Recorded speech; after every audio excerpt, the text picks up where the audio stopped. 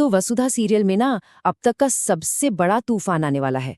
मतलब कहानी एक ऐसे मोड़ पर आ खड़ी हुई है जहां सब कुछ बदलने वाला है। और यकीन मानिए, ऐसा कुछ होगा जिसकी किसी ने उम्मीद भी नहीं की थी। जी हाँ, बिल्कुल सही सुना। बाजी ही पलट चुकी है। मतलब कहानी ने पूरा 180 डिग्री का टर्न ले लिया है और अब आगे जो होने वाला है ना, वो सबके होश उड़ा देगा। तो चलिए देखते हैं कि ये सब हुआ कैसे। अच्छा, तो इस पूरी कहानी का जो सबसे बड़ा शौक है वो है दादीसा का बदलना। अरे वही दादीसा जो अब तक सबसे बड़ी विलेन लग रही थीं, सोचिए जरा, वही अब सबसे बड़ी हीरो बनकर उभरी हैं। मतलब हर कोई यही सोच रहा था कि दादीसा घर में आकर तांडव मचा देंगी, हंगामा करेंगी, लेकिन हुआ क्या? ठीक इसका उल्टा।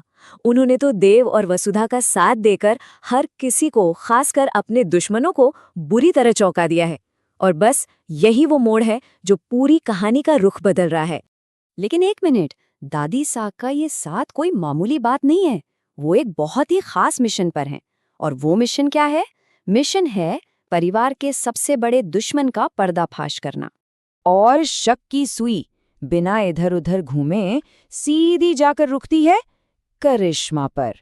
भाई आखिर हनुमंत की जान लेने की कोशिश करने का मकसद और किसके पास हो सकता है ना? देव और वसुधा की सबसे बड़ी दुश्मन तो वही है। और दादीसा का प्लान एकदम फुल प्रूफ है। वो एक जासूस की तरह करिश्मा की हर एक हरकत पर पैनी नजर रख रही हैं। यहाँ तक कि उसके सामान तक की तलाशी ले रही हैं, ताकि करिश्मा के खिलाफ कोई ना कोई ठोस सबूत मिल सके। मतलब घर के अंदर ही एक बहुत ही खतरनाक खेल चल रहा है। और बस यहीं पर कहानी में आता है असली ट्विस्ट। दादीसा की ये जासूसी अब रंग लाने वाली है, क्योंकि उनके हाथ कुछ ऐसा लगने वाला है जो पूरे के पूरे खेल को पलट कर रख देगा। देखिए, दादीसा एक बहुत बड़ा खतरा मोल लेती हैं। वो सीधा करिश्मा के बैग की तलाशी लेने का फैसला करती हैं। जरा सोचिए, अगर वो पकड़ी जाती तो पूरी बाजी वहीं की वहीं पलट सकती थी। और इस तलाशी में उनके हाथ लगती है एक छोटी सी पेन ड्राइव। दिखने में ये चीज जितनी छोटी है ना, इसके अंदर का राज उतना ही बड़ा है। और जैसे ही ये पेन ड्राइव खुलती है, बूम, सामने आ जाता है वो सच जिसका सबको इंतजार था। करिश्मा के खिलाफ एक ऐसा पक्का सबूत जिसे कोई भी नहीं झुठला सकता। तो इस एक पेन ड्राइव ने सब कुछ बदल कर रख दिया।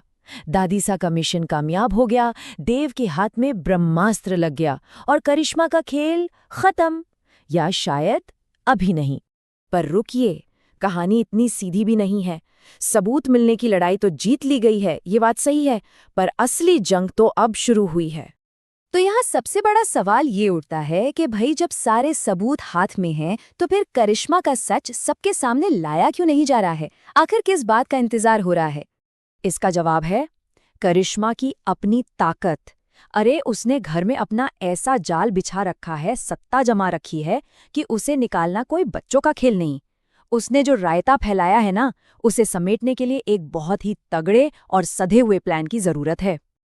और यही सबसे बड़ा डर है कि अगर बिना सोचे समझे जल्दबाजी में सबूत सामने रख दिया, तो करिश्मा पूरी बाजी पलट सकती है और एक नया कांड खड़ा कर देगी। बस एक गलत चाल और सब कुछ खत्म हो सकता है। अच्छा, देव और वसुधा की इस लड़ाई का असर अब सिर्फ उन दोनों तक ही सीमित नहीं है। इसका असर पूरे घर पर दिख रहा है। परिवार के जो बाकी लोग हैं ना, उनके रिश्ते और उनकी सोच वो भी बदलने लगे हैं। और ये बदलाव यहाँ साफ नजर आ रहा है। एक तरफ चंद्रिका है जिनका दिल पिघल रहा है, क्योंकि वो अब देख पा रहे हैं कि वसुधा ही उसके बेटे देव की असली ताकत है। तो दूसरी तरफ संतोष को भी अपनी गलती का एहसास हो रहा है। मतलब परिवार के अंदर के समीकरण भी अब तेजी से बदल रहे हैं। तो अब सबसे बड़ा सवाल यही है, सबूत तो मिल चुका है, लेकिन इसका इस्तेमाल आखिर किया कैसे जाएगा? क्या ये सबूत परिवार को करिश्मा के खिलाफ एक कर पाएगा, या फिर इसके सामने आने से परिवार में एक ऐसा तूफान आएगा जो सब कुछ बिखेर कर रख देगा? आगे क्या होने वाला है, ये देखना वाकई बहुत दिलचस्प होगा।